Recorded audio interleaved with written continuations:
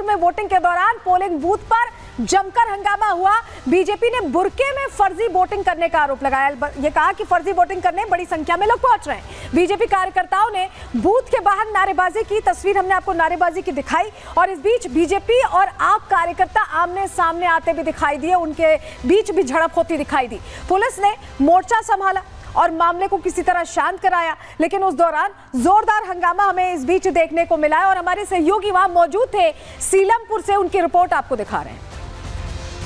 मैं सीलमपुर के उसी काउंटिंग सेंटर में मौजूद हूं जहां पर कुछ देर पहले हंगामा हुआ था। कहा जा रहा है कि यहां पे फर्जी वोटिंग करवाई जा रही है और उसके बाद यहां पे जो वोटर्स थे उन्होंने हंगामा किया, उन्होंने शिकायत की और उसके बाद जो यहां पर जो फ्लाइंग टीम है वो भी मौके पे पहुंची। हालांकि अब जो स्थिति है वो सामान्य है और यहां पर सभी लाइन लगा करके अपने क्रम वाइज में अपने मत का प्रयोग कर रहे हैं और यहाँ पे जो भारी पुलिस बल यहाँ पे तैनात की गई है स्थिति को काबू पाने के लिए। हालांकि स्थिति पूरी तरीके से काबू पा ली गई है। आप देख सकते हैं ये वही पोलिंग बूथ है जहाँ पर कुछ देर पहले हंगामा हुआ था। आर्यन पब्लिक स्कूल का ये पोलिंग बूथ है और यहाँ पर लगातार पुलिस एक एक करके सभी की पर्ची चेक करके, सभी के वोटर आई कार्ड चेक करके तब उनको अंदर जाने दिया जा रहा था।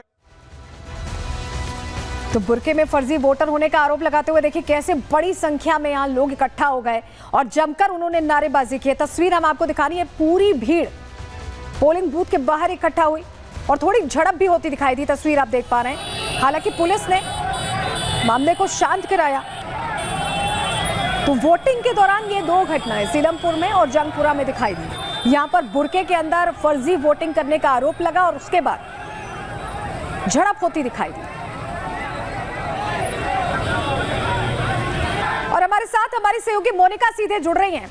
मोनिका, उस समय आपसे बात नहीं हो पाई थी, आप बहुत सारे चेहरों के साथ मौजूद हैं। जरा पूछिए क्या कहना है उनका, किस तरफ जाती यहाँ पर सारी चीजें दिख रही हैं, क्योंकि ये लास्ट और फाइनल डिसाइडिंग आवर है वोटिंग का। बिल्कुल, ये लास्ट डिसाइडिंग आवर है जिस तरीके से सलोनी आप कह रही हैं, और अब बस बहुत कम समय बाकी रह गया है। क्या लगता है इस बार दिल्ली किसे चुनेगी, कौन आएगा? इस बार दिल्ली में सरकार बदलेगी और डबल इंजन की सरकार चाहिए, क्योंकि बहाना नहीं चाहिए।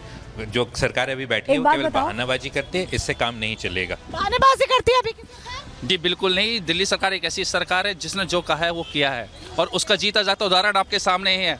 दिल्ली के वर्ल्ड क्लास स्कूल जिसको देखने के लिए यूएस की पेरिस जैसी सड़कें बिल्कुल सड़कें आप देखिए, जिस रोड पे आप खड़े होकर डिबेट कर रहे हैं, जिस रोड पे आप बयान ले रहे हैं, ये सड़कें पूरी यूरोपियन स्टाइल की बनाई गई है। इससे पहले पटपड़गंज के अंदर सड़कें बुरा हाल था, लोग आते आते। आज पॉल्यूशन नहीं है सड़कों पे, आप देखिए कितनी शानदार सड़कें बनी हुई है, ट्रैफिक एकदम सुचारू रूप से चल रहा है। इस बार के आप लोगों ने किन किन मुद्दों के आधार पर अपना वोट डाला? मैं एक बात कहना चाहता हूँ, हम पूर्वांचल से आते हैं। कल आम आदमी पार्टी का जो कैंडिडेट है नितिन त्यागी, हमारे मिथिला समाज बिहार में जानते होंगे आप, मिथिला से एक महिला थी, उसको कल इतना मारा है कि हमारा पूरा पूर्वांचल समाज केजरीवाल को बनाया। गुंडाई के आरोप क्यों लग रहे हैं आप आम आदमी पार्टी पर? वो तो है, उससे मतलब नहीं है। एक तो पहले क्या है, दिल्ली की जनता ना, आप यहीं देख लो, ये रोड ना पिछले 15 साल से बनने में अभी भी ये खुदी हुई होगी।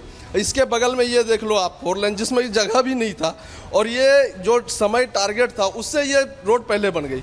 और जो अभी दिल्ली में बहुत ज़्यादा ट्रैफिक पहले हो रहा था, तो ये एक्सप्रेस पेरिफेरल के बाद ये बहुत बड़ा की बात करें, इन 10 सालों में पटपड़गंज में विकास हुआ? बिल्कुल हुआ मैम। आप पीछे स्कूल देख लीजिए, स्कूल देख लीजिए। सबसे पहली बात तो स्कूल की बात करते हैं। मोनिका, फटाफट से जरा ये पूछिए कि अब तो मनीष सिसोदिया है नहीं, अब तो अवध ओझा है, उन्हें पसंद कर रहे हैं क्या? गवर्नमेंट स्कूल में पढ़ाना चाहता है बच्चों को, गवर्नमेंट हॉस्पिटल्स में जाता है। हॉस्पिटल्स में मैं पहले भी कभी जाया करती थी, तो मैम जो आज जो वहाँ पे मेरे को देखने को मिल रहा है, क्लीनलीनेस, उसके बाद में हॉस्पिटल में सारे डॉक्टर्स हैं, अवेलेबल है, पहले ये चीज़ नहीं देखने को मिली। मैम हैट्रिक लगा पाएगी आम आदमी पार्टी? लगता है हैट्रिक लगा पाएगी? बिल्कुल लगेगी हैट्रिक तो। चलिए, यहाँ पर हैट्रिक लगाने की बात हो रही है। मोनिका, बहुत शुक्रिया आपका जुड़ने के लिए और लोगों से बातचीत करने के लिए। तो देखिए, वोटर्स जो कहते हैं वो कितना बटन में उनके दिखता है, ये वक्त बताएगा, 8 तारीख को पता चलेगा और हम सुबह से रिपब्लिक भारत पर आपको दिखाएंगे भी। लेकिन चलिए जरा तस्वीर दिल्ली की एक और आपको दिखा देते हैं, जहां सब कुछ अच्छे तरीके से हो पाए इसके लिए फ्लैग मार्च किया गया। देखिए, कृष्णा नगर, हुमायूं नगर और हौज खास में ये फ्लैग मार्च हुआ है। तस्वीर हम आपको दिखा रहे हैं क्योंकि पुलिस अधिकारी पूरे समय मुस्तैद दिखाई दिए हैं और ये मुस्तैदी का ही नतीजा है कि कहीं कोई ऐसी घटना पेश नहीं आई। शांतिपूर्ण तरीके से, बेहतर तरीके से मतदान होता यहां दिखाई दिया है।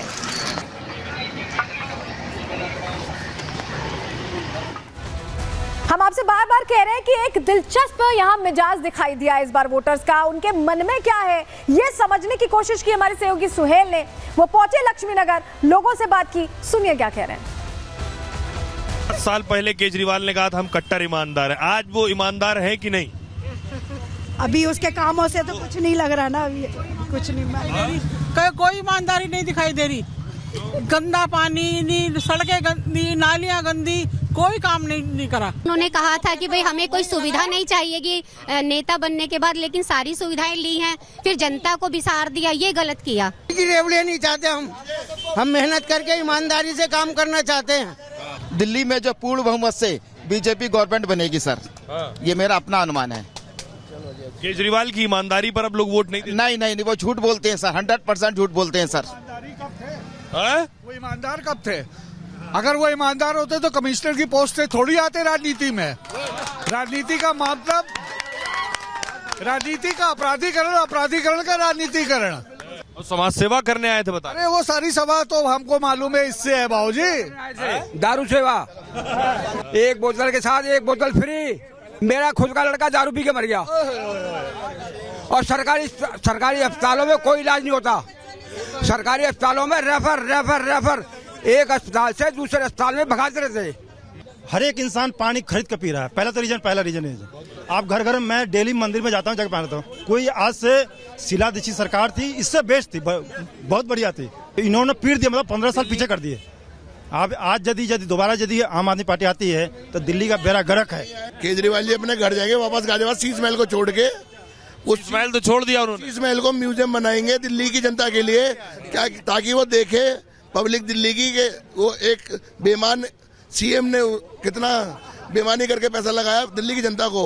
चोर, बेईमान और ठग, सबसे बड़ा दिल्ली का ठग आया है मुख्यमंत्री, तो वही आया है। केजरीवाल ने अपने बेटे तक की झूठी कसम खाई है, अपने बच्चों तक की झूठी कसम खाई है कि मैं कांग्रेस का भी गठबंधन करूंगा, लेकिन फिर भी उसने पिछले इलेक्शन में अपने बेटे गठबंधन किया। लेकिन बहुत से लोग कहते हैं दिल्ली में काम भी तो केजरीवाल ने किया है, बिजली पानी फ्री दे रहा है। कहाँ दे रहा, बिजली नहीं दे रहा, कहाँ दे रहा?